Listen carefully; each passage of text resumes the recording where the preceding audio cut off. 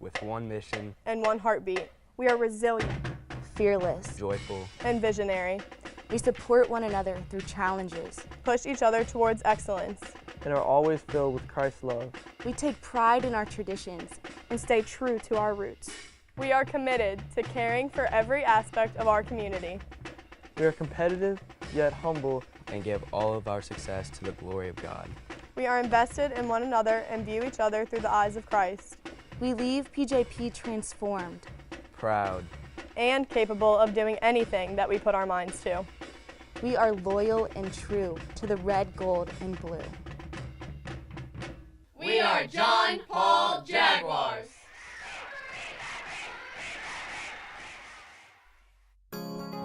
You're watching WLAE, New Orleans Public Television.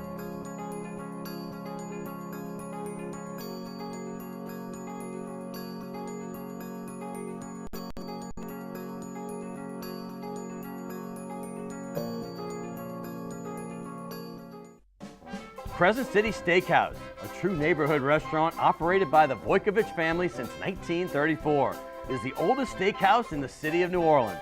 Serving only hand-cut, prime-aged, corn-fed beef for over 80 years, Crescent City Steakhouse has become a dining destination for both die-hard locals and adventurous travelers who seek traditional, timeless New Orleans cuisine. Crescent City Steakhouse, 1001 North Broad, on the corner of St. Philip, in the heart of New Orleans. Max Durbus Realtors has been providing commercial and industrial real estate services to its clients for nearly 100 years. Since 1934, Max Durbus has been locally owned and operated throughout the greater New Orleans area, including the North Shore, Hammond, and even the Mississippi Gulf Coast and beyond. We focus on your commercial real estate needs so you don't have to. More information is available at 504-733-4555.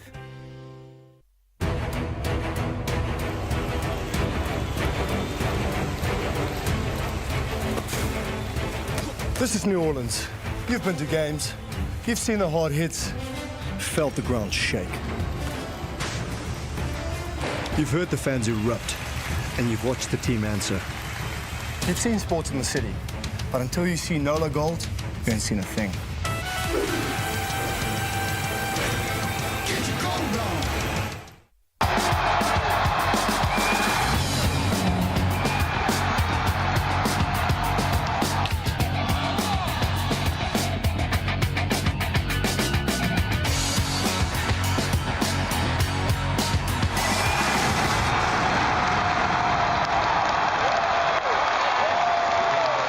Good evening and welcome to Primetime Sports. Hey, I'm your host, Scott Alexander, and you know what time of year it is. It's March Madness time, but we're going to start with the NBA because your New Orleans Pelicans are kicking butt. That's a real team we have now. This is a team that, as it's formulated now, with no more injuries, this team could win the NBA championship. I'm telling you right now, I was in Atlanta. I have the credential right here. I want to thank all my friends in Atlanta. I used to produce them for 15 years. Well, I went to the game with my kids when I was up there this weekend, and they beat the hell out of the Hawks. I still like the Hawks. I mean, that's a team I worked around for a long time, but this Pelicans team is special, and they're fun to watch. That guy on the left, Zion Williamson, has become the glue to this team. Obviously, he's the star, but it's guys like Trey Murphy. I mean, this guy, Trey Murphy, had 20 points in the first half. In the first 10, 11 minutes he played, he was on fire, and that's what he's been doing for the last several games. And when he's clicking like that with CJ, and you see Zion there, and of course, Brandon Ingram, they're all buying in. It's going to be special. They have a fifth four-game win streak of the season. They've won 4 in a row. It's the longest streak in the NBA right now. And if they win tomorrow at Cleveland, first Cleveland, they'll have their first 5-game win streak of the season. They're clicking at the right time. Only about 17, 18 games to go. They're rolling. And they're in the 5 spot. If they beat LA on Friday, look out. They might even get that home court advantage for the first round and take over that seed from the Clippers. Moving on, LSU basketball, got to give them kudos. They were losing in the first half to Missouri, a team that was 0-17 in conference, but they were playing well against the Tigers. But LSU came back and won that game, and the reason that's big, because it puts them at 9-9 in the conference. And that is a big step from where they were when Matt McMahon took over the job at 3-15. Huge job by Matt, and they are going to be the 8th seed in the SEC tournament and they play Mississippi State on Friday. Mississippi State is one of the teams that they don't match up very well with. They got throttled by the Bulldogs of Mississippi State just a few weeks ago in the midst. But LSU's won 6 out of 8. They finished the season strong and with some big wins in there. And now moving forward, Tulane is playing in the American Athletic Conference tournament, and that is going to be, they have a Thursday game, and they play North Texas. Also, the Southland. Hey, Nichols is still in it. WLAE-'s still in it. UNO upset Southeastern in the first game, and they almost got it done in game 2, but they fell to Lamar. That guy, Jordan Johnson, scored 34 on Sunday. He's a baller. And moving forward, how about the Tulane women's? This team has won. They won 2 in a row in the tournament, and they almost got the 3rd one as a team that didn't do great in the regular season. They lost in overtime to Temple. But how about LSU women's? We know what happened on Sunday. They got to the finals. There was a lot of controversy, a little pushing and shoving, and girls were getting ejected in that game. No suspensions moving forward. They're going to be just fine in the NCAA tournament coming up. They'll be a 2 seed probably. NFL. Mike Cousins, we got to talk about Kirk Cousins. He is going to the Atlanta Falcons. This Viking quarterback and formerly of the Redskins football team Commanders group. He is going to the Falcons, and that makes him a legitimate contender. Arthur blank check. He gave him $180 million, a 35-year-old, $100 million guaranteed, $45 million a year. Hey, life's nice, isn't it? Hey, moving forward, how about Russ going to the Steelers? Russ, you see him right there. Wilson, and of course Saquon Barkley staying in the division to go for the Giants to the Eagles. Hey, LSU softball, 22-0. Congrats. Best start ever. They're number 2 in the country. And Nola Gold, congrats to them. Major League Rugby, they won their 2nd in a row. It's 2-0 start to the season. Moving forward, we've got a great show. Ty Thompson, 5-star quarterback coming from Tulane. He was an Oregon transfer. And also John Brady, he cut the nets down. He's going to talk all about the Tigers in the SEC tournament. Next, right here on Primetime Sports. Can I tell you a cat joke? Just kidding.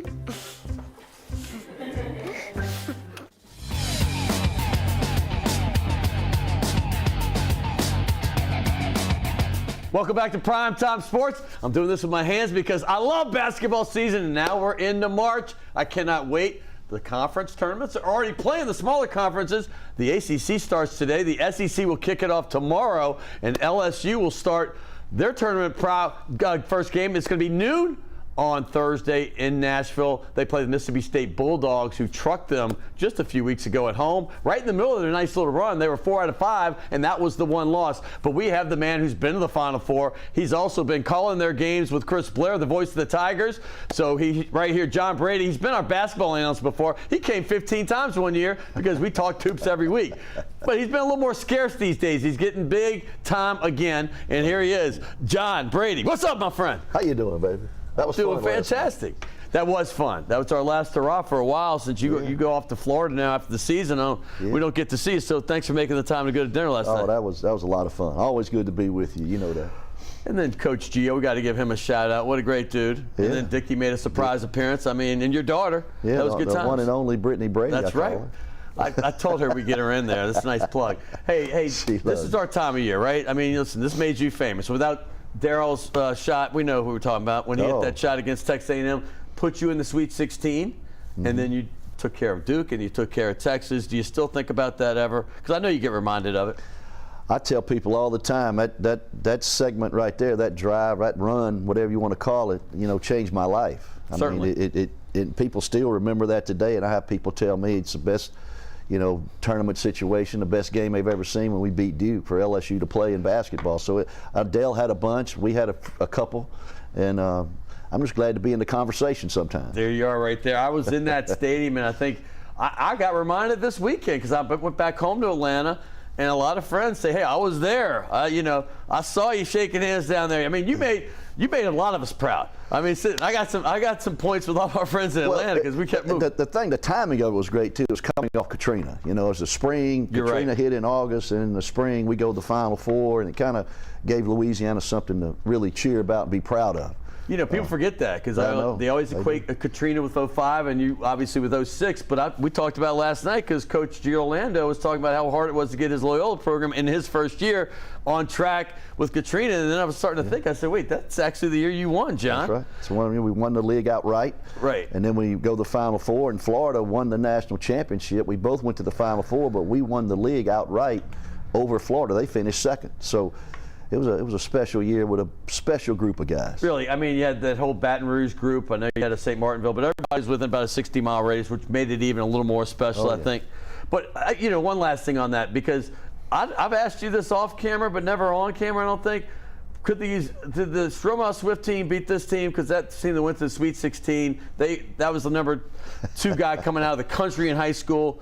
You know, Tyrus Thomas got picked 4th in the draft, but he was no big prospect, right? But that team was special. This team had, you know, some unity. Which team would have figured that one out?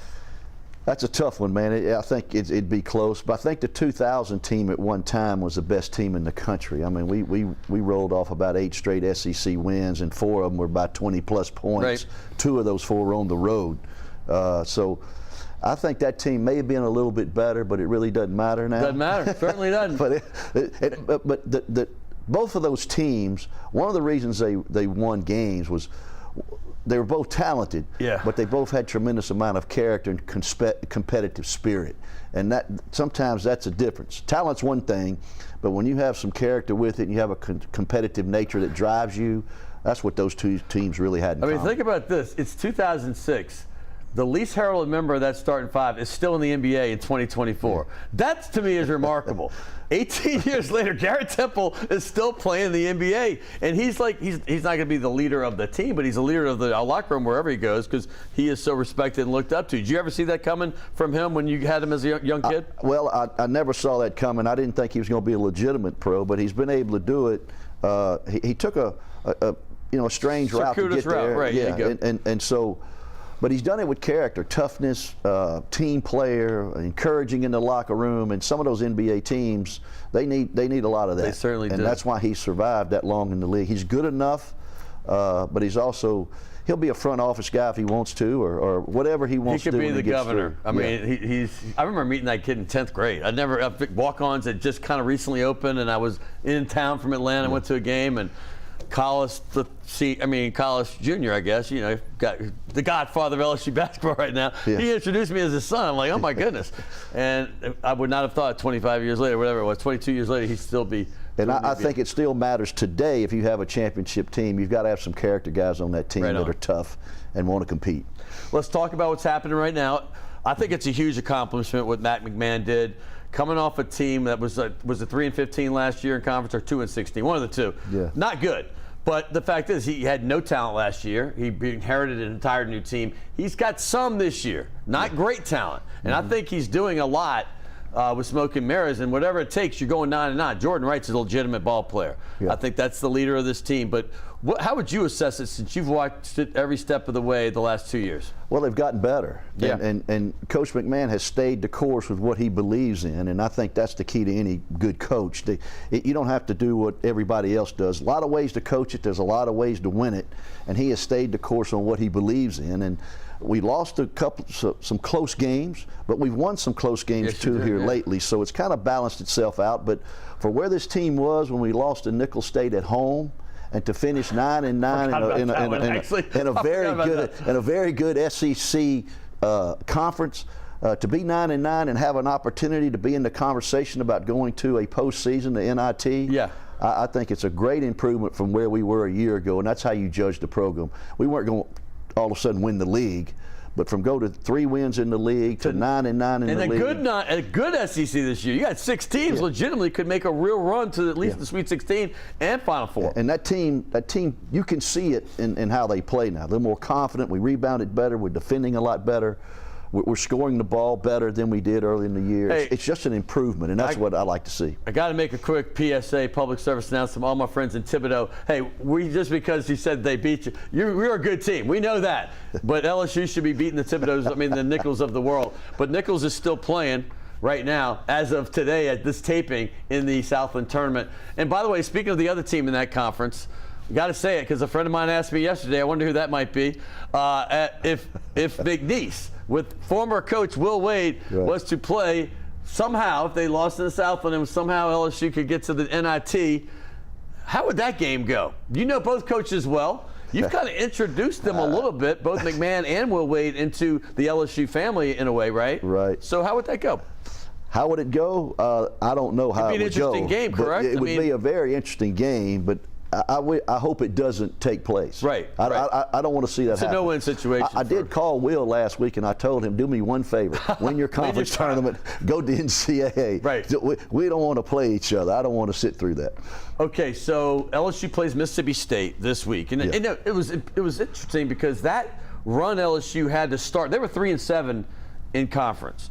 And they finished 9-9. Mm-hmm. 6 out of the last 8. So that's improvement. But 2 of those wins in that first couple were against number 11 South Carolina, and then they had the tip-in against Kentucky. Great win.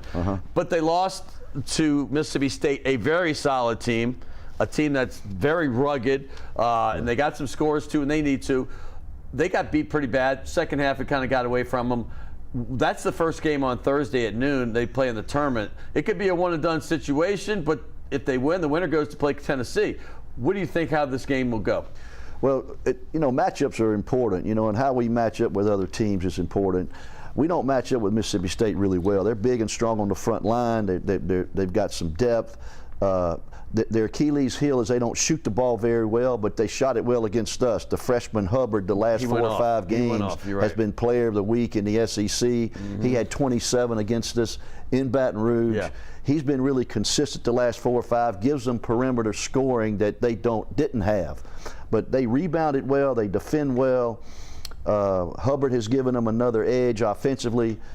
So I think it's going to be a difficult game for LSU to play. Now, if we do win that game and play Tennessee, I think if we win that game and A&M plays Ole Miss again, and if A&M beats Ole Miss, I think A&M gets to the NCAA tournament. And with the way the NIT is, they can pick the next 2 highest rated teams in the league, which would be us and Ole Miss, in terms of their net. And if we can beat Mississippi State, and A&M beats Ole Miss, I think we go to NIT. So that's how it works. I mean, let's say this: Ole Miss and LSU are on different trajectories right now. Ole Miss is going down after a great start to the season. Right. LSU is ascending. Right. So is it all computerized now? It used to be they just picked it and say, hey, so it's the next 2. That's how it works. You can only take the next 2. Yeah. The next 2, regardless of the record. It could be a losing record in the league, and they still take them. It's the net, and Ole Miss got way ahead of us in the net early on. They had some good wins, and we were way down here, and we haven't even caught them yet in terms of that. I didn't realize that. Okay, thanks. And that's how the NIT is going to work now. No longer do they pick a lower level conference winner that got beat in their conference tournament. Okay. That used to be an automatic. Yeah. They did away with that because I think they want bigger schools to play against each other, to draw, make more money. You know how it is. Bring the fans in, right? I mean, honestly, that's what it's about. I mean, you got Canisius against LSU. Nobody's going to go to that game. But if you got a Power 5 team from another conference, that's attractive. I might go up to Baton Rouge for that one, Coach. Yeah. Well, we'll see. we'll see if we can use our arena, because the women are going to host the first 2 games of their that's thing. Right. That's right. I forgot about that too. It'll be a scheduling situation with the arena, whether if we do go to the NIT, whether we play at home or travel, based on when the women play. Hey, the women made the state proud last year. I know you don't call those games, but I just want to say. The women's basketball team, do you think Kim Mulkey's dominant personality, and plus, I guess she's got 4 national championships now, right? 3 at Baylor and 1 here. I mean, what was that like for Matt? Because they both came in like a year apart, I believe, and she's such a dominant personality, and now the women's is so popular. How would that, as a coach, affect you? And I know because usually the men's team is the one that's the one they're looking at, unless you're at a place like Tennessee or certainly UConn. Although UConn, they win both sides. But the fact is would that be weird for you? Well, when I was there, the women went to 3 or 4 straight Final Fours, and we both went to the Final Four in the same year. They went 4 straight, actually. Yeah, so they were good, and we had a nice little run there. We were pretty good, but. To be honest with you. But Kim versus Pokey's different. Kim's nationally a personality. Pokey was just kind of coaching, taking Gunner's place, and she did a great job. But I think neither one of them has anything to do with the other. Sure. Whether the women win or women lose has nothing to do with the progression of the men's program. They're both at different places. I understand. They're both at different places. They pack in the gym is what I'm saying. I mean, that's got to be strange. Well, you win in the men, you'll pack the gym too. So I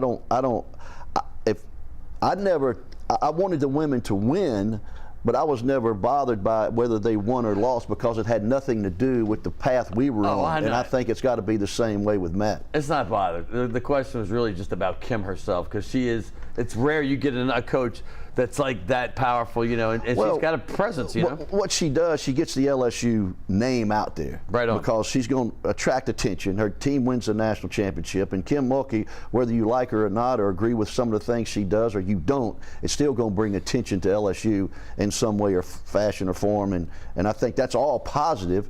Because, you know, all the players you're recruiting are watching that. I love the way she coaches basketball. I know that. She gets W's on the board. She brings some good players in. Let's talk about the SEC right now as a whole, because they're getting notoriety. It's not like I say ever, but, you know, usually they call it a football conference, as you know, and they have some good teams scattered here and there. They got 6 teams that, honestly, I wasn't going to include Florida, South Carolina in this for a while, but I've seen much stranger things happen with teams making runs to the Final Four. Florida Atlantic last year, of course, San Diego State, they went. But those first 4 are powerful teams. Let's go with this. Tennessee, Auburn, Alabama, Kentucky. I think they can beat anybody any given day. And the other 2, Florida and South Carolina, on the right conditions, they can do it. So let's just talk with the cream of the crop in your mind. And I'm assuming that's Tennessee. I don't know who you would have in there, but who? Well, I like Tennessee first. I like Kentucky now second, what they've done the last couple of weeks. I like Alabama over Auburn a little bit because I think they can shoot it better. And I think they both defend okay. But I think Alabama scores it a little bit easier than Auburn. So I got Auburn 4th in that group. But I put Auburn 4th for one reason. They're so drastically different home and road. And I think they have, at home, they're unbelievable. You know, it's neutral courts.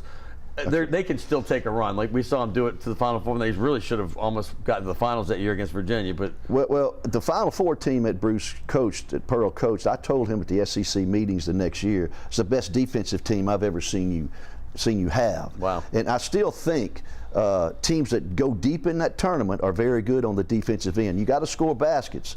And that's why Alabama, to me, similar to what you said with Auburn, Alabama on the road, they shoot 28 threes a game. Yeah. And sometimes on the road, you don't shoot it as good as you shoot it at home. And so you've got to rely on defending it and rebounding it to really carry you in close games. And I think the defense, and as deeper you go in the tournament, people figure out what you're going to do offensively, and you better be able to guard it too, because those close games in the 60s and 70s, they don't get up in the 90s when you get into that Elite 8 or Sweet 16.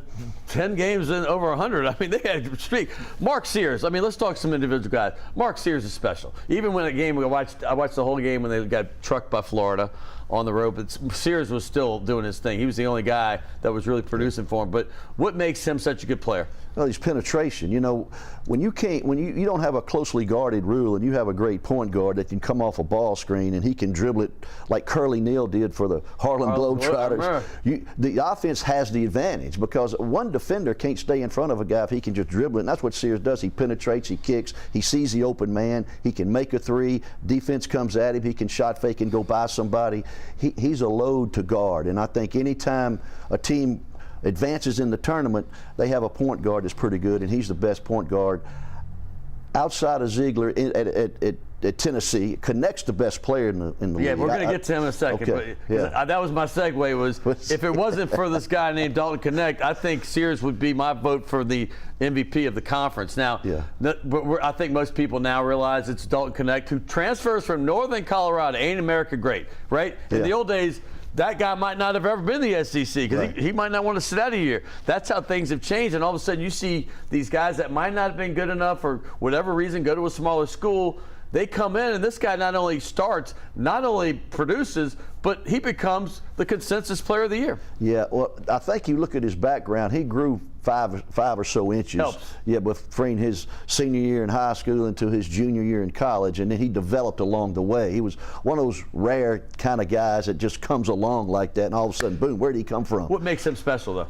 He can score it. He's got skill. He learned the skill level when he was smaller as a guard. Yeah, like Anthony Davis when he was small and he grew 10 inches. And he grew up. Now he's got the skill level. Plus he's got one of the prettiest jump shots I've ever seen in the league in the last 7 or 8 years. That's nice.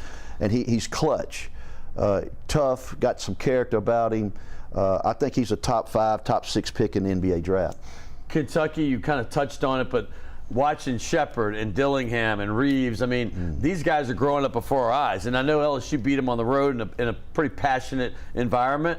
But like you said, these last 2-3 weeks, just watching them go, these young guys they got keep getting older. And now they're becoming darlings when I watch the post-game shows on the SEC and then, you know, like that network and also ESPN. They're one of the hot picks right now. Yeah, they're getting good play around the goal. You know, used to they had to rely on their guard play, as you mentioned, and those three guys are really good. But now they're getting some play under the basket, and I think that's a key. This guy, he's been special in the last few weeks. I'm watching him. It's unbelievable. They got him in a first-round draft pick as a freshman, and Dillingham's coming off the bench. That's Jeff's his dad, right? Yeah, Jeff's his dad. Yeah, I did the '96 SEC tournament. Jeff was the star of that team. Yeah. So Kentucky's really good, and I think if you advance in the tournament, you got to have good guard play, and that's why I like Florida. Florida's guards aren't quite as good as Kentucky's, but I think Florida guards are really good, and I think they have a chance to win a game or two in the NCAA tournament as well. Is it Walter Clayton? Is that his name, Clayton? Mm-hmm. Yeah. Walter Clayton Jr. Okay. That dude can take over a game, and that's why I now put them as a team that could make a possible run, at least to maybe the 8. It'd have to be a certain circumstance, but I was not giving them those kind of kudos or credit a month ago. And the more I watched them, I said, you know, this team is well coached. But I think Tennessee has the best balance of offense and defense. Without question. And I think they're extremely well coached. You know, Barnes knows what he's doing, but I think they have the best balance. So I think, therefore, they have the best chance to advance farther than any other team in the league. Coach, you haven't been on as much as in the past because we're getting bigger. We're getting bigger. You're getting smaller, but we had you sharing double bill last time you were here with old Brock Cantro. He told me he'd pay me a little bit if I threw another name in there for him. You know, and you're doing a lot of good things at the Baton Rouge Community College. JUCO, they did win the first round of the playoffs. Congrats we got beat the other day. We got beat to the second round. First time they've done that in 8 years. Well, this is your 48th task shirt. I love it. And this is a very comfortable. That's a good color, man. It's gonna look good on you. That's gonna match your eyes beautifully. And also, that's what I look for. You know, something to match my eyes. Perfect, man. Nikki, you'll love that. Hey, Mr. John Steakhouse, you been there? You been there before? I get my mail there. That's right to say. Archie would love to see you bring a gift certificate. He knows he's like that's like 1/10 of what John's going to spend on a Monday night when they're closed. Even. Hey, we're gonna put you on a couple balls. You haven't signed in a while. Jay Johnson, you know who he is. He didn't just go to the Final Four. He took it to the next level and actually won for us. But we're going to let you on his helmet. I'd be honored. Jay Johnson, baseball. John was a soft throwing lefty back in Belhaven back in the day in Mississippi. I've read all the clippings. They said you were very good. And, hey, let's put you on Brian Kelly's ball. I got that just for Kelly, but that's not just for football anymore. You got your boy Dickie Brennan down there. I'm going to sign right here by Dickie Brennan. There you go. Hey, that's a newer ball. We've had that less than a year. Rohan Davey, Josh Booty. We had Herb Tyler. We had a run of LSU quarterbacks on that one. And we're going to bring the rest of them on, too. I'm glad. Anyway, John, appreciate you as always. I'm just privileged to be here. Just good to see you, man. I probably won't see you again until October, right? Give me that pen. Don't steal the gold pen. I may come here for the golf tournament. Oh, the golf tournament. Yeah, we'll plug. Why don't we do that? Let's plug it. Hey, we got a charity golf tournament here. It's Memorial Day weekend. Ron and Jim, here we go. We're already plugging it 2 months early. Audubon Park. And speaking of Dickie Brennan, he's taking over all the food at the Audubon Golf Club. Sir. In fact, you, me, and our guest coming up, Jose Maruri, we all ate there the first day. The first day it opened. Remember the food part? Yeah, and they're only making that thing better. So check out our golf tournament. And that is a free, unsolicited plug. And I'm not sure if it's a call to action, but hey, if you can't come, donate and do some auction stuff. We're going to have some nice prizes. Hey, coming up next, we have the Tulane's first 5-star player ever. Remember 2 weeks ago we had their second 5-star ever, Mario Williams, their wide receiver. Well, this is the guy that's going to be throwing the ball to him. He was a 3-year player at Oregon, was slated to start this year now that Bo Nix is going pro. But they brought in Dylan Gabriel from Oklahoma. So he said, I'm looking for a place to land. Michael Pratt's going to be an NFL player in a few months, so why not Tulane? And they're bringing in some good guys. John Summerall is a great recruiter and a great coach. Ty Thompson is the guest, and he's going to be here next on Primetime Sports.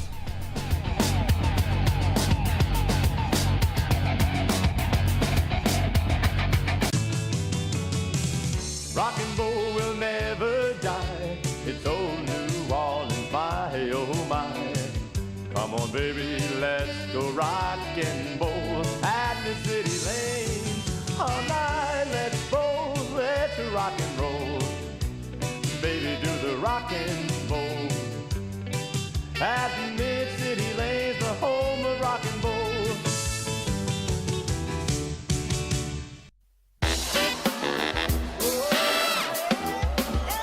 You've heard about rugby, the hard hits, the whole no pads thing, but rugby is more than that. It's this, a whole day, a whole culture. Well, the fans bring the energy, so we better bring it too. Every play, every match, for the city we call home. This is rugby.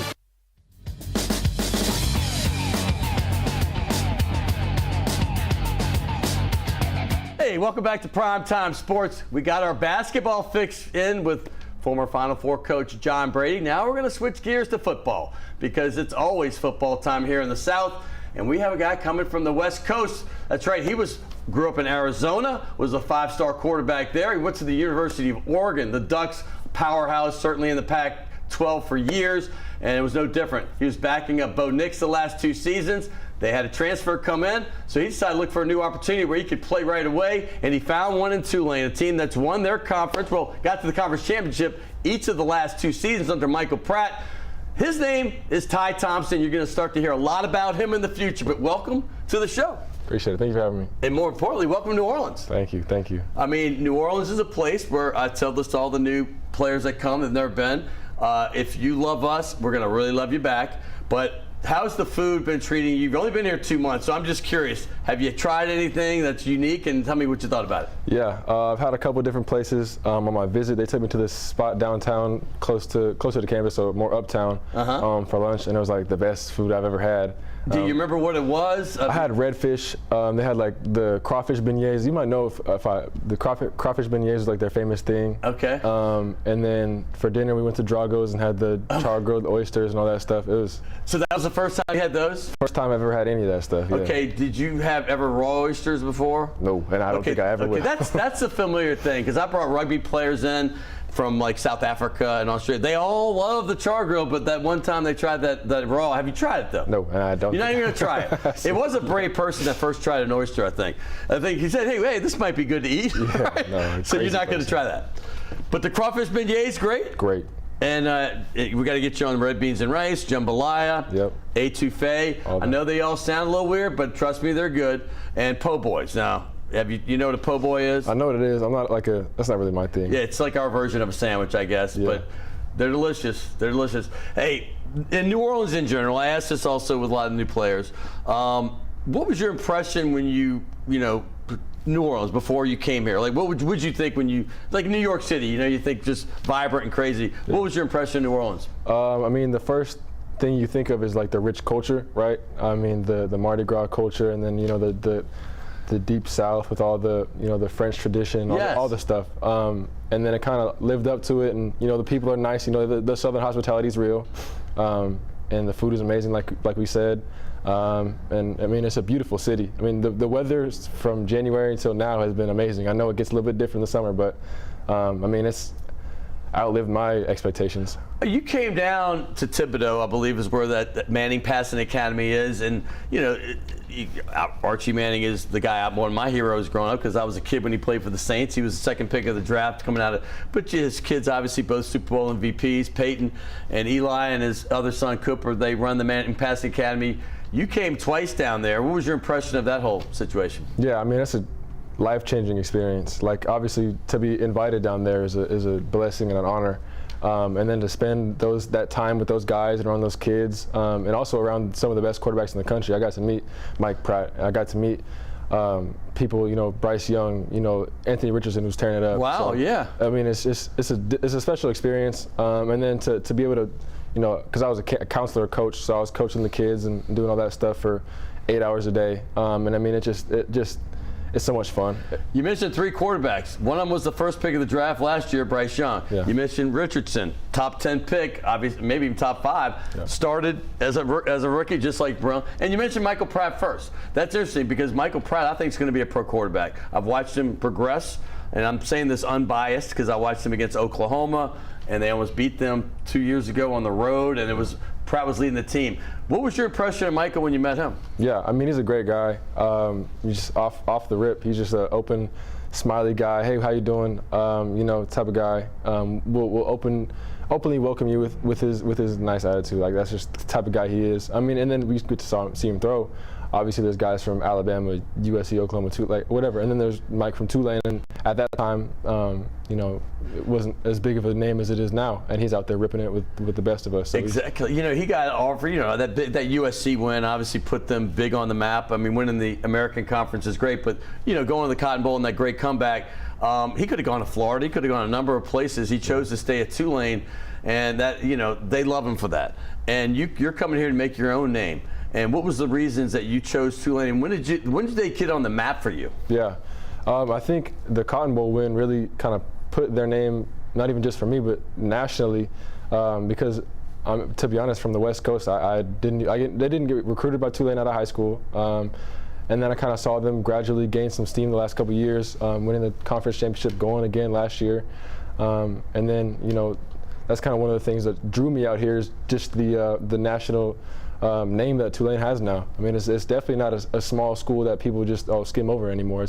It's a big time school that people, you know, think about and think something about. Ty, I love you said that, because it was tough asking Mario this, because that's the team they beat, right. USC. So he was like, hey, listen, it had nothing to do with me picking it. I said, but be honest with me, Mario, when's the first time you ever heard of Tulane itself? And he was honest. He goes, just the week before we played him when I was at Oklahoma, right? And you know, and I was like, so I'm gonna ask you the same question. It's not that it's a slight on Tulane, but he's East Coast, you're West Coast. Tulane was not getting mentioned. What's the first time you heard about Tulane Green Wave? And be honest with me, I mean, was it when they beat USC? It might have been. Right. I mean, I've known about them since forever, just because I was an NCAA football like. You're a junkie. I knew all the teams, and I like playing with all the different teams, no matter who they were. Oh, I love that. I love that. Playing against my brother, and I would beat him no matter who I was playing with. Well, let's give him a shout out then. Yeah, shout out Clay. Still can't see me in NCAA, you know that. Yeah, he looked at the camera too. I like it. I like it. All right. So you knew about Tulane then, but you already mentioned that game kind of opened eyes, particularly in the West Coast, because USC, obviously, they had a little less to play for because they were playing for, you know, hopefully going to the national championship, you know, playoff before. Right. And so when they got beat there, but Oregon itself, you were sitting there at a powerhouse, right? I mean, this is a team that's always going to be in contention for playoffs. And what was the reason you chose to go to Eugene, Oregon out of high school as a 4 or 5 star quarterback, whichever rating you look at, who cares? But you were highly touted. And what made you choose Eugene? Yeah, I think when I was coming out of high school, obviously it was Mario Cristobal and his staff. Yeah. They did a great job recruiting me. I mean, I love Coach Cristobal and everyone that was there, Coach Moorhead. They had a great team, a great last couple years. Was that Chip Moorhead? Yeah, it was Coach Moorhead. Yeah. He's a great coach. Yeah, like one of the best offensive minds in college football still. So, I mean, it was a great situation. I mean, I don't regret my decision at all. And I came in, learned a lot of stuff. Coach Cristobal eventually left, and I learned a lot of stuff behind Bo. Lanning, Doug Lanning and Bo Nix, Lanning, Dillingham, and then Stein last year. So, I mean, I've had a great, 3 years at Oregon with 3 great offensive coaches. That's Bo Nix for showing right there. Yeah. What was that like? Bo came from the SEC, 3-year starter at Auburn. His dad was a permanent starter the whole entire time he was there in the 90s. But he comes over for a new start. What was it like knowing him? Are y'all tight, or what's your friendship there? Yeah, that's one of my best friends. I mean, we kind of hit it off as soon as he got out there. And then we kind of stayed close. It's actually his pro day today, so good luck out there, Bo. Yeah, good for him. Yeah, so I mean, I'm excited to see what he does, because I know he's a great guy, great quarterback. I mean, like I said, we were really good friends. We would hang out, watch Monday Night Football and all that stuff, watch film together, all that stuff. So we ended up being neighbors, so it's cool. What is the situation now for you? You've seen it from the beginning. I think 21's your first year. That's the first year NIL came around. Transfer portal was infancy a little bit, but players now. And I'm all about the player. I was an agent for a while, and I think, hey, we got to find the best situation for you or your family or what's it. And in the old days, and not even that long ago, if you lost the battle for quarterback, they might never heard from you again. And one day we're going to realize how unfundamentally fair that is. Right. When you couldn't leave and you had to sit out a full year, which takes a year of your progression. I know coaches, it drives them crazy sometimes, but some coaches get it and they take advantage of that situation.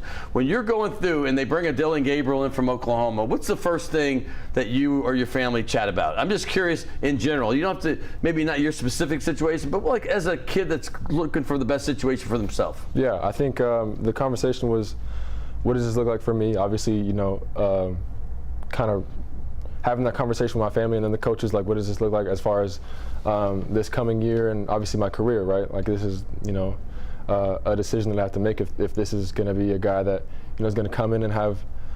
He's like in his 8th year. Yeah. So, I mean, for real. I mean, they got him to play this year, right? Right. So, I mean, we just had that conversation, make the best decision for myself, whether that's staying or entering the transfer portal and exploring my options. So that's kind of just the way that's. So you talk to your parents. That's the sounding board. Yes, sir. That's interesting. That's great. And your parents have been obviously a big influence on your life then, because listen, there's a lot of people that listen to the posse or the group or maybe an agent that they're already kind of talking to, and that's refreshing to hear that your parents are completely involved in this decision. What did Mom say when you said, hey, New Orleans? Yeah, I mean, it's further from home than she's used to, but my brother, like I mentioned earlier, he plays baseball in Baltimore, so she's flying all the way across the country to see him, so she'll be coming this way now instead of up north. Well, what's he doing in Baltimore? He plays baseball. Yeah, he plays baseball, pitches at Coppin State. Oh, he's at Coppin. Okay, I lived in D.C. for 4 years. That's what I was curious to Towson or Coppin. Okay. Yep. So is he loving it over there? He's loving it. Yeah, he got some great friends. He's playing some good baseball, so I'm happy for him. Well, spring practice is starting now. Obviously, you sat out today, but you're going to be practicing next week. How well have you gotten to know your teammates, particularly the receiving core? We had Mario Williams on. I know Shaz, what's his full name? Shaz Preston, yep. Preston from Alabama come in, and you got another guy from Idaho. What is y'all's rapport so far? Yeah, I mean, it just felt great to be back out there. It's been a long offseason. I feel like it's been the longest offseason I've had, and getting back out there and throwing with the guys and seeing them make their plays and playing football just is fun, and I missed it, and it's fun to be back. I mean, it's great to see Mario and Therese and Shaz and all the guys that have even been there going out there and making plays and having fun and all that stuff. Did you know them before? I mean, I imagine Mario maybe because he's in the Pac-12 more than maybe Shaz at Alabama. Did you know anything about them before? I didn't really know them personally. I mean, right. I knew Mario because I played him when he was at Oklahoma, and then I played him again when he was at SC. Right. So I knew of him, but we didn't have a personal relationship until I started kind of recruiting him to come down here. He's a unique guy. Yeah. I like him a lot. He came on the show. I really like his style. He's confident, but he's also humble about it. Maybe not privately, but publicly for sure. Yeah. And I like what Tulane's bringing in. And that leads me to the next question. Coach John Summerall, I met him for the first time probably a couple weeks after he got the job, and it blew me away. It took me only 3 minutes, him sitting where you're sitting now, to say, oh my gosh, it's obvious why they picked John Summerall. What was it like when you first met Coach? Yeah, no doubt. Like you said, it's clear what they're doing and what their vision is with this new coach. I mean, seeing what he's done at his past stops and then hopefully bringing that success here. I think he's a extremely energetic young coach, brings a lot of life and juice to this city, this team, this program, this university. I mean, he preaches competition, toughness. I mean, we've got the four pillars are attitude, toughness, discipline, and love. And Wait, attitude, toughness, discipline, and love. Discipline and love. Okay, I love it. I love it. Yeah. So we're strong on those things, and I mean, he's just a great young coach that has just strong, just plain natural leadership abilities. Well, what was the spiel? I mean, because I remember he was on right when the thing were opening up. I think it was that week, and he was talking about guys that he didn't know that he would have a shot at, and he didn't mention your name by name because obviously he's not going to tell me, and it's not my business. But the fact is, he even said, Scott, we have a chance to get one or two guys that were nationally up here, and that just warmed my heart. You know, when you just meet a guy, you don't know if it's really going to happen. All of a sudden, it's a few weeks later, and you got introduced. I said, this guy is actually exactly, he talks the talk and walks the walk, right? Yes, sir. Yeah, no, I mean, he told me, I mean, the first thing he said is, once you get in the boat, it's time for you to get some guys too, because I mean, obviously, one of the main priorities is getting a quarterback, and then you got to build a team around that. And I think we did a good job with that, bringing in the guys that we got, and even retaining the guys that were questionable after the last staff left, bringing the guys back that were considering the transfer portal, keeping some good talent on the team. Well, I hope you love New Orleans. Like I said, they're going to love you back, and I can't wait to go to games next season. I support all the local teams, UNO basketball, baseball, all Tulane stuff, all LSU stuff, and we're glad to have you in South Louisiana. I appreciate it. And we give gifts, my friend. This will be the softest shirt you'll ever wear. I'm very confident of that. And it's Task Performance. I used to have a bunch of Under Armour Nike Dry Fit. Once I put one of those on, I'd say this often, but I saw Drew Brees, head coach Sean Payton, and then the general manager Mickey Loomis 12 years ago when I moved back home, and they were wearing that, and I said, my goodness, this is the softest thing I mean, I saw it, and that's why I tried it on, but I started throwing away my other stuff. And I'm not saying you need to throw your stuff away, but you will. And here's Shays de la Shays. I broke it into two in case you just want to go for a bite at lunch, and then if you want to go to dinner, combine them. You can use it both. Nice. But welcome. That's Shays de la Shays on Maple Street between Carrollton and Broadway. Thank you. Which is right by campus. Hey, I can't wait to see this guy toss the football next season. I'm going to spring practice next week. I want to see a little bit of that. So, hey, support all your teams like I just said, but the Tulane Green Wave are right here in New Orleans in your backyard. If you got a Saturday afternoon, there's nothing better to go watch a little college football. So check them out next fall. And hey, like I said, I want to thank John Brady. He's going to do the SEC tournament, but also my next guest. His name is Jose Maruri, and I'm bringing him on for one reason. He's helping kids get a better future for themselves, helping them learn how to interview. I don't do stuff like this often. You know, if I don't have an athlete or a coach, it's usually a musician or an artist. But this is something I've been wanting to do when I first heard that he's trying to do this. He's got the HBCU, the Historical Black Colleges and Universities involved. He's got the Pelicans and the Saints involved, and he's going to start getting a bunch of colleges around here. We're just trying to help students get that next step and learn how to interview. That's coming up next, right here on Primetime Sports.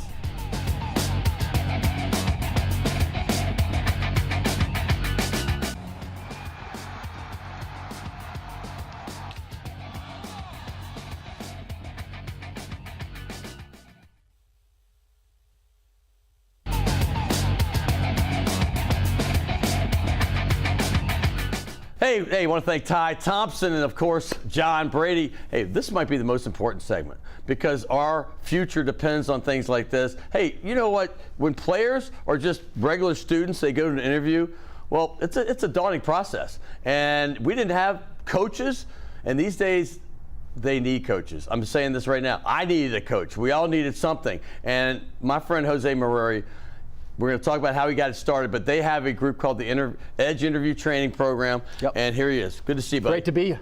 Thanks. You brought this to me a few months back, and yet I'm going to let you tell the story, but the first moment you talked for about 3 minutes, I said, we need this. And I want to just give you the floor right now and not even ask a question. How did this Edge Interview Training go, and why did you get it started? So my history is in medical sales on the device side. And have done that did that for about 30 years.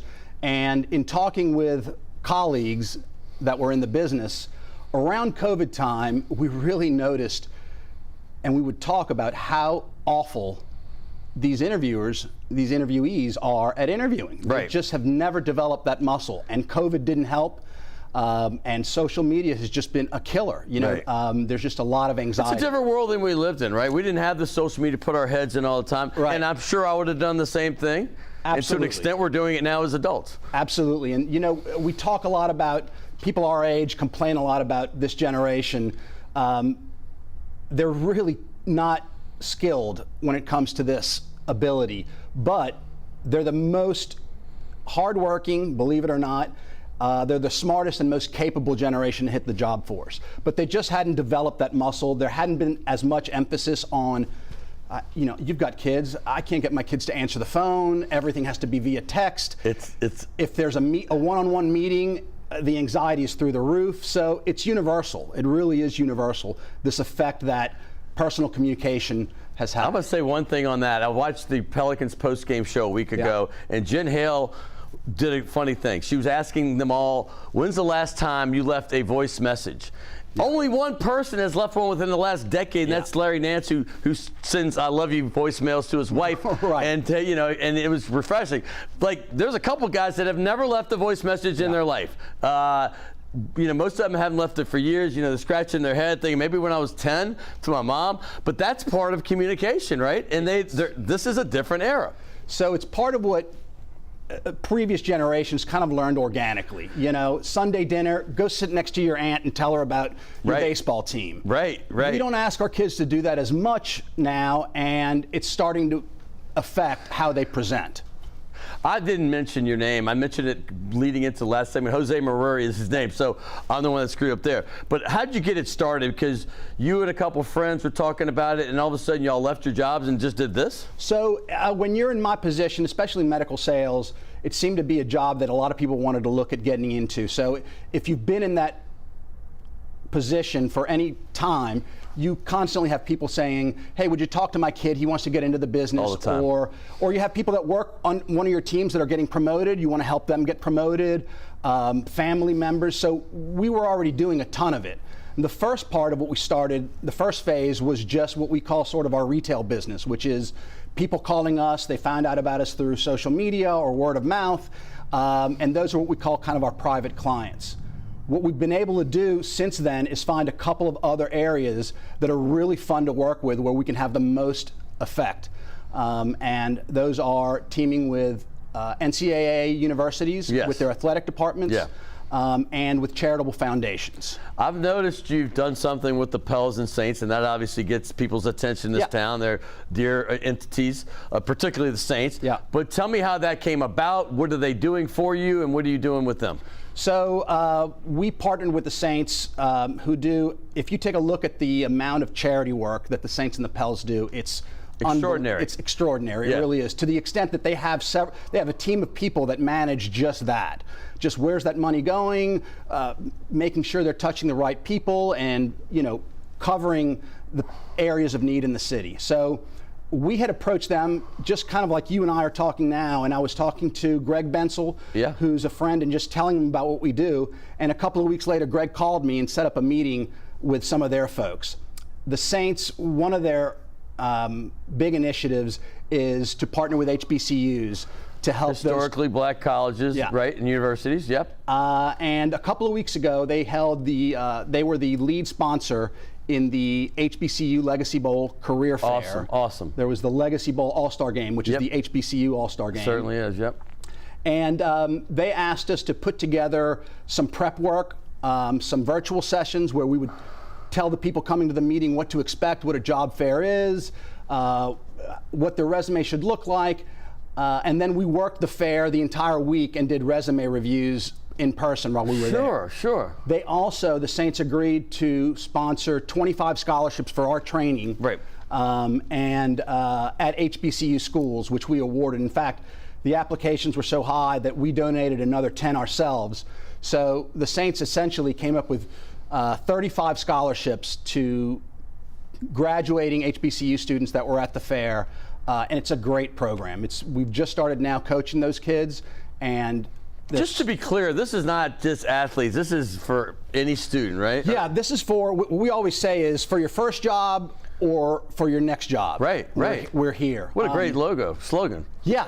I like it. I would say it more, except my partner came up with it. So Which one is that? Is that Jay Butcher or the other guy? Yeah, one of those guys. Okay, one of the I don't want to give him any more credit, but that's really what we specialize in. So we work with lawyers that are changing firms. We work with doctors in residency, interviewing for residency programs. We even do high school kids that are interviewing with universities for their college entrance process. Okay. And let me just say, one thing that's a little different about our program is that there's a lot of companies that do this kind of stuff. They're all those other programs are self-work, sort of, you go on a computer, you do some modules on your own. Right. It's all kind of on your own. Ours are at least 6 one-on-one meetings. And it's virtual reality or live reps for interview training. I'm going to say this real quick, because I know not more that I'm talking to Jose. This might sound like this is a guy that sponsors a show and I'm having him on. It's not that at all. Right. I wish he would sponsor the show, but that's not even, I didn't even think about that. My point is this is important. Can't we all? This is important, though, for our future. I mean, honestly, we want everybody to get the best possible position they can get. And without these skills, you know, I've interviewed many people when I was in Atlanta for Fox. You know, we take 1 out of 300. Yeah. And to get yourself eliminated quickly is to do poor in an interview because they have so many choices, right? So this is just giving them the next step they should have already. Yeah, and really what it's about is giving them enough practice and live reps to remove the anxiety. You know, anxiety is a huge buzzword these days with these generations. And there's a ton of anxiety as it relates to job interviews. Not that you're not going to be nervous, but when you have your answers prepared and you've practiced them live, it really removes almost all of the anxiety so that now you can participate in an interview, which is supposed to be a two-way exchange of information, not just you vomiting on the person's desk, begging them for the job. But removing the anxiety. Have you seen that though? I've done it. I've done it myself. I do it. I do it. Right. I could just picture the vomiting part. Absolutely. Yeah. But that's really the bulk of the responsibility, is to remove the anxiety so that they can go there confidently and present who they actually are. Now, I mean, even a player, for instance, I'm just saying this in the sports realm, the players go to the combine, right? And that's a big thing that separates, you know, some quarterbacks from others. You've seen some get picked that were projected to be like late first round, maybe even second or third, and then all of a sudden they jump into the top 15. These things can help just about everybody, including athletes. Absolutely. The value to anyone, especially athletes, is for them to be able to formalize and tell the stories of their experiences, not to brag, but because they're applicable to what companies are looking for in these jobs. And what we find a lot of times is that these athletes are not good at using those stories to promote themselves because it feels awkward. Right. But really, it's exactly what that employer wants to hear. There's two areas. That's a great point, Jose. It really great point. There's two areas employers are dying to hire from, and that's athletes and veterans. You know, athletes after their playing career over, or whenever they're done, and veterans, of course. Or NCAA athletes. Right. The reason is they've been yelled at and they didn't crumble. They're used to being on teams. They're used to making themselves adjust but still promote themselves appropriately. Right. And for a lot of people's first jobs, that's a hard path to find. And I did mean that NCAA athletes when their playing career is done, because, you know, it's a sudden thing. You all think, every player, no matter how low you are, you think at one point, hey, I might be good enough for the NBA, the NFL, or professional, but the fact is less than 1% do get there. So this is a landing board for them. And knowledge is power. And all you're doing is giving them knowledge. Absolutely. You know, we dress this up as job interview training, but it's really training for any meeting, any year-end review, a meeting with a professor or a counselor, a sales presentation. You know, our clients keep us for life, so they can call us at any point to have them help them prepare for a sales presentation or a review. That's a great point, or promotion. So yeah, we have. We've only been in business what if there's somebody out there right there? What if somebody's out there and says, hey, how do I get involved with this? Because I'm about to graduate, or I'm looking for another job. I have no idea myself. So tell people what they need to do if they're watching. So our website is www.edgeinterviewtraining.com. Great name. Thank you. Pretty simple. We are available on Facebook. We are on Instagram. You can find us there. Or you can email me at jose@edgeinterviewtraining.com. Yeah, I have a nephew who had his first kid, and his name is Edge. And really, his name is Edge. Edgerton is his name, but he's gone by Edge from the beginning. So he might be your new sponsor. He's only 16 months, so awesome. But we'll work it out. Hey, we do give gifts, Jose. By the way, great golfer here. I got to throw it out since this is a sports Great show. athlete. Great athlete overall. Yes. But the golf game still play? Still play. Still play? Still play. You still got that, like, you know, what, one handicap? Christine doesn't like me around the house on weekends anymore, now that our kids are mostly grown. So Christine is the wife, I'm assuming? Yes. So we're giving shout-outs. Anybody else we know we got? Because let's give one. I'm terrified of her. Anybody? Yes. Christine is an angel, and I don't deserve her. All right. Well, congratulations on what you're doing. This is a service helping other people, and that's what the rest of my life I want to spend doing that myself. The last thing I'd like to say is it takes forward-thinking people. You know, we have a partner in Nichols. We work with all the Nichols state athletes. Nice. And you're working on something, hopefully with Tulane. We're working with a bunch of the schools. I don't want to get into them, but a bunch of the local schools. But J.T. Terrell, who's the athletic director, is really a visionary. And really, as soon as we started telling him about helping these kids tell their stories, he was all over this and has been instrumental in helping us there and grow our business. So Nichols is a great program for us, and we have relationships with them, 28 different HBCUs, some other local schools, so it's exciting. Well, congrats. Thank you Thanks, for what you're doing, man. Thanks. Jose Maruri. Great to see you. Check it out, edgeinterviewtraining.com. Hey, we give gifts. Mr. John Awesome. Steakhouse. Thank you. This will not be expired. That will never expire there for you. And then this task performance. You've had a task shirt before, huh? They're great. The best. They're awesome. Good to see you, Jose. Thanks a lot, Scott. Hey, thanks for coming. Hey, I'm going to continue to remind people about this because this is something we all need, whether it's your own child or just somebody you know. I mean, let's get it going and let's help them for their future. Hey, I want to thank everybody here right there because it was a great show. Ty Thompson, the quarterback from Tulane. Hope he has a great year. Thanks for coming. And of course, LSU former head coach John Brady. He is now on his way to Nashville for that game on Thursday. Good luck, Coach. Bring the Tigers a win. I want to thank my man Will Hill, my producer. Logan Graffia went way beyond the norm today to do some stuff. Alex, Danielle, and of course, Jim and Ron. Thank everybody. We'll see you next week right here on Primetime Sports.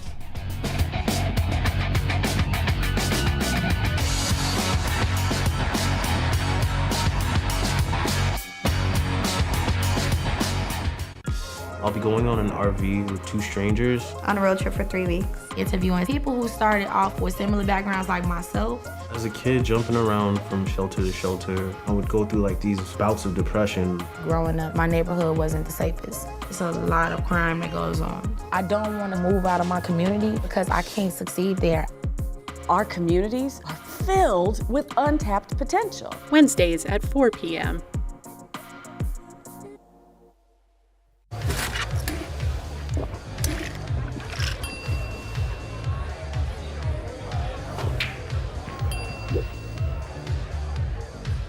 If you need to do something to feel okay to drive, you're not okay to drive. Don't drive buzzed. Hello, I'm Bob Ross. I'd like to thank you for inviting me